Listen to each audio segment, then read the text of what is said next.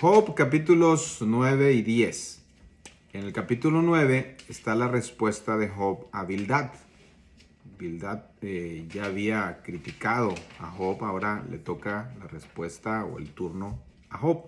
Y de los versos 1 al 13, Job alaba la sabiduría y la fuerza de Dios, aunque eso significa que Dios está más allá, más lejos de Job. O sea, Job alaba, exalta a Dios, pero no como algo que lo acercara a él, sino él dice, él es tan grande que se ha olvidado de mí. La respuesta de Job a Bildad parece mucho más amable que las duras palabras que Bildad para Job, ¿sí? Porque Bildad fue muy fuerte con Job. Él acusó a sus hijos de pecar, aseguró que Job tenía que arrepentirse. Y Job alaba el gran poder de Dios, quien creó los mundos, puso el sol, las estrellas en el cielo. Sin embargo, el poder de Dios no era un consuelo para Job. Simplemente lo hacía sentir que Dios estaba más distante que nunca, así lo dice, o ese es el sentido con el que lo dice. De los versos 14 al 20, Job se pregunta cómo responder a un Dios poderoso. Dice, ¿cuánto menos le responderé yo? El problema de Job es claro, entendía que Dios es justo y poderoso. Lo que no puede entender es cómo Dios usará esa justicia para poder apoyarlo, ya que él está sufriendo y siente a Dios de una manera distante, impersonal. Y él dice, así es porque estoy sufriendo, ¿no? Porque me ha quebrantado con tempestad y ha aumentado mis heridas sin causa. Job sentía que el poder de Dios estaba en su contra, no a su favor. En este sentido, no le hacía bien a Job considerar el asombroso poder de Dios, porque ese poder parecía, repito, estar en su contra. De los versos 21 al 24, Job anhela un mediador entre él y Dios. Él explica su propia incapacidad para defenderse ante Dios. Job dio rienda suelta a sus sentimientos torturados y pesimistas.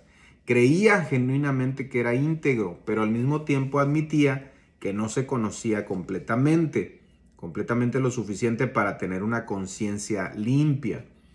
Dice que Dios se ríe del sufrimiento de los inocentes, así lo dijo. Job sentía que Dios no solo era distante y silencioso, sino que también estaba divirtiéndose a expensas de los piadosos que sufrían como Job. La concepción que tenía Job de Dios se estaba volviendo muy distorsionada porque estaba en base a su propia experiencia de dolor. Este Dios de la imaginación de Job no era peor que moralmente indiferente. Incluso se burlaba, según Job, de la desesperación de los inocentes. Lo más importante no es solo creer en Dios, sino qué imagen tienes de Dios. Y en este caso Job, repito, su imagen estaba siendo completamente distorsionada porque estaba en base a su experiencia dolorosa. De los versos 25 al 31 hay un fuerte sentido de condenación de Job. Dice, sé que no me tendrás por inocente. Job sentía que ya había sido probado y reprobado por Dios y condenado, y que ni siquiera le haría ningún bien limpiarse delante de Dios. Si lo hacía, creía que Dios lo hundiría de nuevamente en el hoyo. Versos 32 al 35, Job anhela la ayuda de un mediador. Él dice, no hay entre nosotros árbitro que ponga su mano sobre nosotros dos. Él se sentía distanciado de Dios, así que Dios anhelaba que alguien cerrara esa brecha entre ellos. En esto él estuvo bien, mostró a Job buscando respuestas fuera de sí mismo, y eso está bien. Sin embargo, fue el dolor lo que lo trajo a este lugar. Nosotros tenemos una gran promesa, tenemos un mediador, y así como Job también clamamos a ese mediador, dice la Biblia, porque hay un solo Dios y un solo mediador entre Dios y los hombres, Jesucristo hombre. Capítulo 10, vamos al capítulo 10. En este capítulo es como decir lo que Job le diría a Dios, ¿sí? Así que de los versos 1 al 7, Job le preguntaría a Dios, ¿por qué haces esto? No me condenes, hazme entender por qué contiendes conmigo. Job le diría a Dios, pon tus cartas sobre la mesa, muéstrame tu caso en mi contra, para ver si yo merezco este desastre en mi vida. ¿Te parece bien que oprimas, que deseches la obra de tus manos? Job se desahogaba más y más con Dios. Esto te hace feliz. Soy la obra de tus manos y mírame, me estás destruyendo. Nuevamente digo, la angustia que está teniendo Job distorsionó completamente la percepción de Dios, hasta el punto que no podía ver que solo puede ser visto por el ojo de la fe. Esto no lo podemos nosotros entender fácilmente si no usamos la fe en Dios. La fe nos lleva a ver más allá de nuestras circunstancias presentes, lo cual Job no lo estaba haciendo. De los versos 8 al 12, Job preguntaría: yo soy tu creación, ¿por qué me afliges? Tus manos me hicieron y me formaron, y luego te vuelves y me deshaces. Podemos simpatizar lo que Job sentía.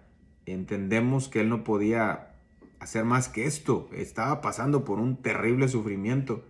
Sin embargo, nosotros sí conocemos ahora lo que había pasado en el cielo y es más entendible para nosotros. Finalmente, la pregunta agonizante de Job: ¿por qué? ¿Por qué, Dios? De los versos 13 al 17, Job le pide a Dios que le revele una causa pecaminosa de Job mismo. Y de los versos 18 al 22, Job le pide a Dios que lo deje en paz. ¿Por qué me sacaste de la matriz? Aquí regresa Job a este tema que tocó por primera vez en el capítulo 3. Él sentía que sería mejor si no hubiera nacido. Y dice: cesa pues y déjame.